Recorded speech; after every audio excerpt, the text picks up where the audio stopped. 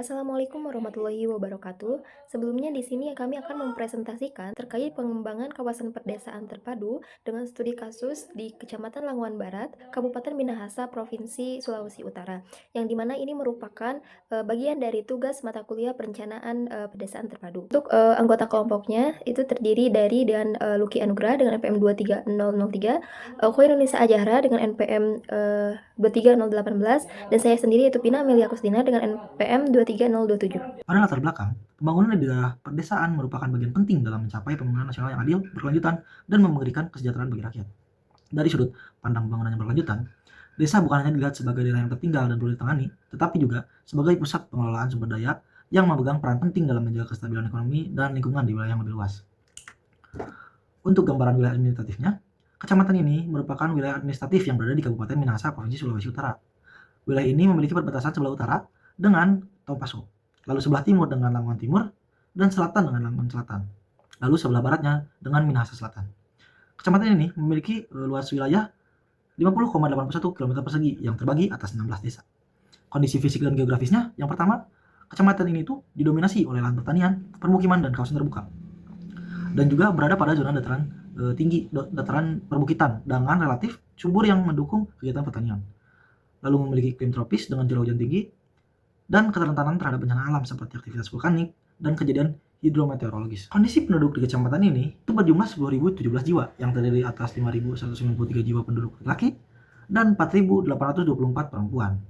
Kondisi ini mencerminkan struktur demografi yang stabil dan berimplikasi pada kebutuhan pelayanan sosial relatif merata antar gender. Struktur umurnya, kecamatan ini menunjukkan karakter wilayah dengan potensi demografi yang cukup kuat didominasi oleh usia produktif, namun disertai dengan kebutuhan pelayanan bagi kelompok usia muda dan lanjut. Kondisi ini perlu direspon melalui kebijakan pembangunan seimbang antara penciptaan lapangan kerja, peningkatan kualitas sumber daya manusia, serta penguatan pelayanan sosial untuk seluruh kelompok umur guna mendukung pembangunan wilayah yang berkelanjutan.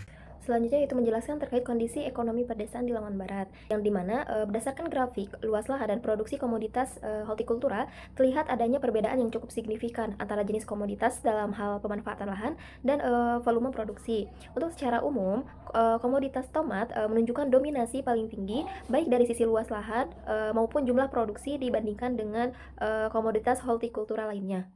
Hal ini mengindikasikan bahwasannya tomat merupakan komoditas unggulan yang memiliki tingkat pengusahaan lahan paling luas serta produktivitas yang tinggi, sehingga berperan penting dalam struktur pertanian hortikultura wilayah. Kemudian untuk komoditas cabai keriting juga menunjukkan luas panen dan produksi yang relatif menonjol.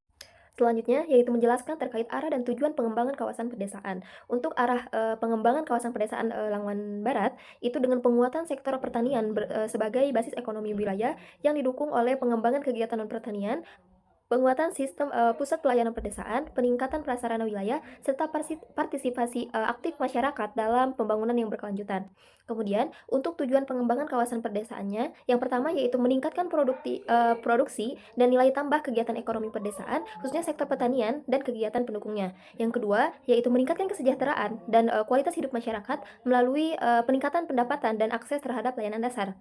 Yang ketiga, yaitu mengurangi kesenjangan pembangunan antar desa melalui pemerataan prasarana dan sistem pelayanan wilayah. Yang keempat, yaitu mewujudkan pembangunan kawasan perdesaan yang berkelanjutan secara ekonomi, sosial, dan lingkungan. Selanjutnya yaitu terkait matriks arah tujuan dan komponen pengembangannya, yang dimana untuk komponen pengembangannya diantaranya terdapat kegiatan ekonomi pertanian, kegiatan ekonomi non pertanian, sistem pusat wilayah, prasarana wilayah, fasilitas atau sarana pelayanan, serta partisipasi masyarakat terhadap peningkatan produksi, terhadap peningkatan taraf hidup masyarakat, terhadap pengurangan kesenjangan, serta dalam menjaga keberlanjutan.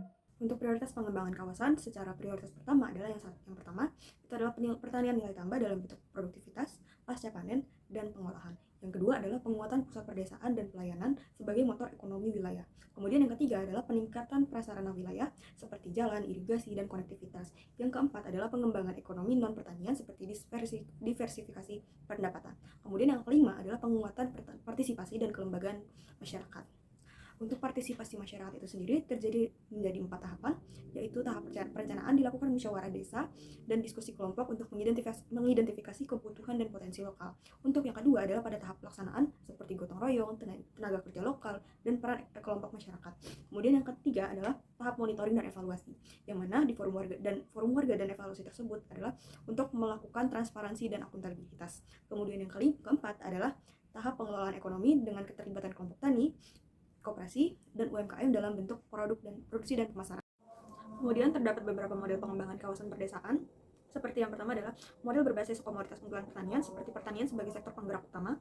Kemudian terdapat model ekonomi terintegrasi pertanian dan non-pertanian, seperti integrasi pertanian dengan UMKM, industri rumah tangga, dan jasa desa. Kemudian yang ketiga adalah model berbasis kelembagaan dan partisipasi, yang mana seperti penguatan kelompok tani, BUMDes, dan koperasi. Kemudian yang keempat adalah model pusat pelayanan perdesaan, seperti pusat pelayanan sebagai pusat pelayanan wilayah yang melayani perdagangan, distribusi, pendidikan, kesehatan, dan pemerintahan. Kemudian yang kelima adalah model pengembangan kawasan prasarana, seperti peningkatan jalan desa, irigasi, telekomunikasi, dan akses pasar. Kemudian terdapat juga model integratif kawasan, seperti integrasi spasial, ekonomi, sosial, dan kelembagaan, yang mana kawasan berkembang sebagai satu sistem wilayah terpadu, saling mendukung antar desa. Kemudian beberapa informasi yang telah disampaikan oleh saya dan rekan-rekan saya dapat ditarik kesimpulan bahwa Kecamatan Langon ini memiliki potensi besar sebagai kawasan perdesaan berbasis pertanian yang terintegrasi dengan kawasan kegiatan pertanian dan sistem pusat pelayanan wilayah. Kemudian potensi ini didukung oleh kesuburan lahan, dominasi penduduk usia produktif, serta keberadaan desa-desa dengan jumlah penduduk yang besar yang berpotensi dikembangkan sebagai pusat pelayanan perdesaan. Namun, kondisi existing tersebut memiliki struktur wilayah ekonomi yang masih didominasi oleh pertanian primer dengan nilai tambah yang rendah, keterbatasan prasarana wilayah, dan lain sebagainya. Sehingga potensi wilayah ini belum bisa dikembangkan secara optimal dan kesejahteraan masyarakat juga belum meningkat secara signifikan. Kemudian, dari beberapa masalah dan potensi yang ada, kami dapat memberikan rekomendasi, di antaranya adalah yang pertama, penguatan pertanian berbasis nilai tambah, yang kedua, pengembangan pusat wilayah pelayanan desa, yang ketiga, peningkatan prasarana wilayah, yang keempat, diversifikasi kegiatan ekonomi non-pertanian, kelima, penguatan kelembagaan dan partisipasi masyarakat. Yang terakhir adalah integrasi program dan kebijakan antar tingkat pemerintahan. Mungkin sekian beberapa informasi yang dapat kami sampaikan. Mohon lebih maaf kurangnya. Wassalamualaikum warahmatullahi wabarakatuh.